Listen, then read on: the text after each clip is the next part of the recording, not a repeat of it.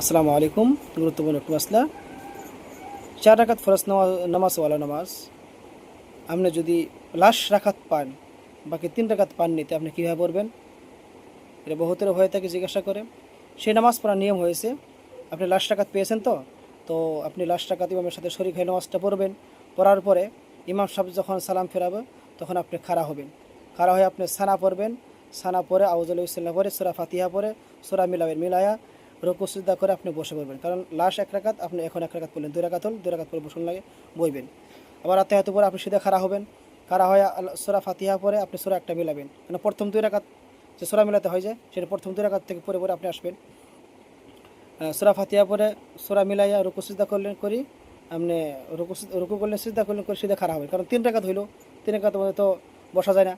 তখন আপনি সিধা খাড়া হলেন, খাড়া হয়ে শুধুমাত্র আলহামদু সূরা পরে আপনি রুকু করবেন, সিজদা করবেন করে বসে যাবেন। কারণ 3 রাকাত হইল, আগের 1 রাকাত 4 রাকাত।